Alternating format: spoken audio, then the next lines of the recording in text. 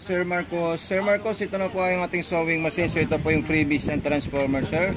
Tapos dito po natin yan isasaksak, sir. Ayan. Meron po tayong power on and off. Okay, so ito po, pag dito po siya, may power po siya tsaka may ilaw. Pag dito naman po, yung power lang po dito. Dito lang po siya may switch na power. So may ilaw, isasagad nyo po ito, sir. Ito, yan. Okay, so ito po yung mga freebies na. Kompleto po siya. May bobbing, may needle at tsaka accessories. So pwede niyo po yan panoorin, sir.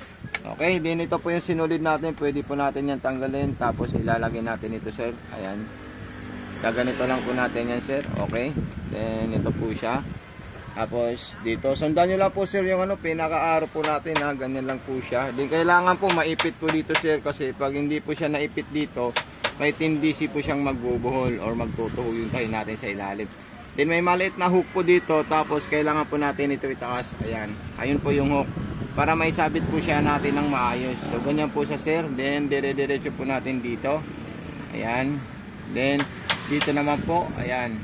Ayan, pinaka last po at pinaka huling-huli, ito po siya. Then ipapasok natin sa butas ng karayom. At kung maaari, pwede nyo po ito gamitin, sir. Aralin nyo po kung paano po yung automatic shooter natin. So ayan, doon po natin siya dudukutin. Ayan po, ulitin ko po, sir, para makita nyo po siya. Ayan. Kung hindi nyo po siya kaya, pwede naman po siya i-manual, sir. Ayan, okay. So ganyan po siya. Dito sa ilalim naman po, ganito naman po siya, sir. Ayan. Kapan lang natin, may mga likabok. Ayan. So ito po siya, sir. Ayan, okay. Then ito po yung ating bobbing. Then dito po tayo mag-spoon thread, sir. Lalagay po natin yan. Itutulak natin dito. Pipindutin natin yan. Tapos yun na po yung kukuha ng bobbing. So ito po yung speed control natin. Pwede po siyang medium, pwede po siyang high. Then stop natin siya, sir. Ayan. Okay. So ito po yung bobbing natin, sir. Ang paglalagay naman po dito, ganito lang po siya, sir. Ayan. Then lalagay natin ganyan. So ayan po siya, tapos ipapasok natin dito. Tanggalin muna natin yung sinulid natin, sir, nakasabit. Tutunog po yan pag maayos yung pagkalagay natin. Ayan, din hawakan nyo po yung sinulid ng galing sa karayom. Ikutin nyo po ito ng pa-forward. Huwag po pa-backward.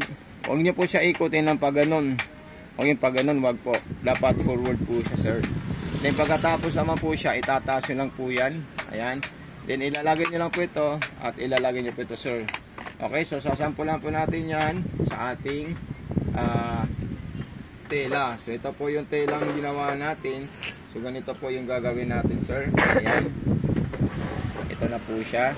Kung gusto niyo po straight line, kahit saan po dyan, pwede niyo po siya itapat, sir. Ayan. Puntan nyo lang po dito. O dito tayo magsimula, sir, sa mga borda niya. Ayan. Okay. Ito po, iparas dito po siya.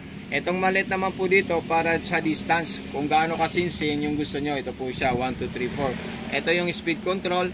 Ito naman po yung reverse, long press po siya para umatras habang tumatakbo. Din button start, din lifter, taasan ng pressure foot po ito. Okay, so ayan po siya, sir. Gagawin po natin yung nandito na mga design natin. Ayan. Din kung gusto niyo po mabilis, pwede niyo po ito sagad, sir. Ayan. Ayan, okay. So dito lang po tayo sa medium speed natin. Then dito naman po tayo, sir. Itaas natin yung karayom. Ayan. Okay. Ayan po siya. Lahat po yan, susubukan natin, sir, yung design niya, sir. Ayan. Pag ganyan nakalubog siya, pag inikot niyo po ito matigas, okay lang po yun. Wala pong problema dun, sir. Ayan. Okay. So, ayan po yung lahat ng stitches ng ating sewing machine. Juki brand po ito, Sir Marcos. Ayan. Then, pagkatapos naman po niyan, subukan natin lahat yan. Okay. So, ayan. Then, itaas natin siya ulit. Okay. So, i-layer naman natin dito sa kabila para makuha natin yan lahat, sir. Ayan. Papaganahin natin yan lahat, sir, para makita niyo po na talaga pong gumagana po siya. Wala po siyang issue at wala po siyang defect. Ayan. Then, another naman po, sir, yung pang-garterize natin, ito po siya dalawa. Ayan. So, pag pang-garterize, nasa number 1 lang po yung distance natin, sir. Okay? So, ayan po. Ayan. Stretchable para sa mga cotton spandex po siya, sir. Then, another naman po. Ayan. Ayan. Then sa button holder naman po, ituturo ko po sa inyo kung sakaling gusto niyo po gumawa ng button holder na automatic or manual. Okay. So ito po siya, sir. Ayan. Kung sa button holder po, sir, ayan po siya. Manual po yung gagawin natin, yung semi-manual. So ibababa niyo po yung guide. Ito po yung guide niya, sir. Oh. Ayan. Ayan po yung guide. Nasa itaas po yan. Then ibinaba ko lang po siya. Then i-press natin siyang paabante. Ayan. Okay. Then i-press natin paatras. Ayan. Ayan. Ayan. Okay. So ganun lang po siya sir, kadaling gamitin. Ito, ulitin natin sir. Ayan. Then i-press nyo po siyang paatras. Ayan. Okay. And kung gusto nyo pong automatic sir, so itaas nyo lang po yan. So ito po yung ilalagay nyo sir. Automatic na po ito. So tatanggalin nyo po, may kalawit doon na kulay itim. Ayan po siya. Yun po yung tatanggalin natin sir, para magkaroon po siya ng automatic button holder. So dito po tayo maglalagay ng butonis. Let's say ang butonis natin is ito po siya, size niya ilalagay nyo lang po dyan. So iangat nyo lang po siya dyan. Dyan yung bilog na butonis. Ayan. Okay. So ayan po siya. Then ilalagay natin. Doon po natin siya ilalagay sir. Okay. So ayan po siya. Ayan. Then ilabawan natin yung bakal na guide po niya. Then gaganito natin yan sir. Ayan. So siya na po yung bahala gumawa ng button holder dito sir. Ayan. Okay. Then mas maganda kung isisinsin nyo po siya. Gawin nyo po siya masinsin sa bitli. Between 1 and 0 po sir. Ayan. Pindutin na po siya. Ayan.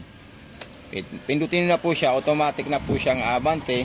Then maglalak naman po siya. Ayan. Kusa na po siyang maglalak po sir. Ayan. Hayaan nyo na po siya. Pwede nyo po siya ilagay sa high speed. Ayan. So ito na po siya sir. Ayan. So ayun po siya sir. Napakasulit at napakaganda. Then pagkatapos naman po, tanggalin nyo lang po siya. Ayan. Then kung may concern naman po kayo, pwede nyo po ako i-PM sir. Ilalagay ko naman po yung lahat ng social media ko para makontak nyo po ako sir Marcos. Okay. Then sunod natin yung mga zigzag niya at saka ibang design. Okay. Ito po sir, straight so double stitch or zigzagger. Ayan. Then gagawin na natin siya sa number 1 para makita nyo po siya. Ayan. Napakabilis po yan sir. Yung sa straight line, taas lang natin siya. Then ilagay natin sa double stitch. Double stitch po yan or kadenang tahi po siya sir. Hindi po siya ordinary. Double talaga siya sir. Ayan. Then release nyo lang po siya sir. Ayan. Ayan po siya yung kadenang tahi na sinasabi natin. Then subukan na naman natin yung normal stitch po ng ating sewing machine. Okay, sagad natin to sa number 4, straight line. Ayan. So ayan po siya sir. Ayan. So, pwede natin siya i-cambio kung saan po natin siya dadahin. So napakabilis po siya. Lagyan nyo lang po siya sa low speed. Okay, din atras abante. Ito po siya sir. Ayan. Ayan, napaka-solid po siya sir at napakaganda. So maraming salamat sa iyo sir Marcos. Thank you so much and God bless.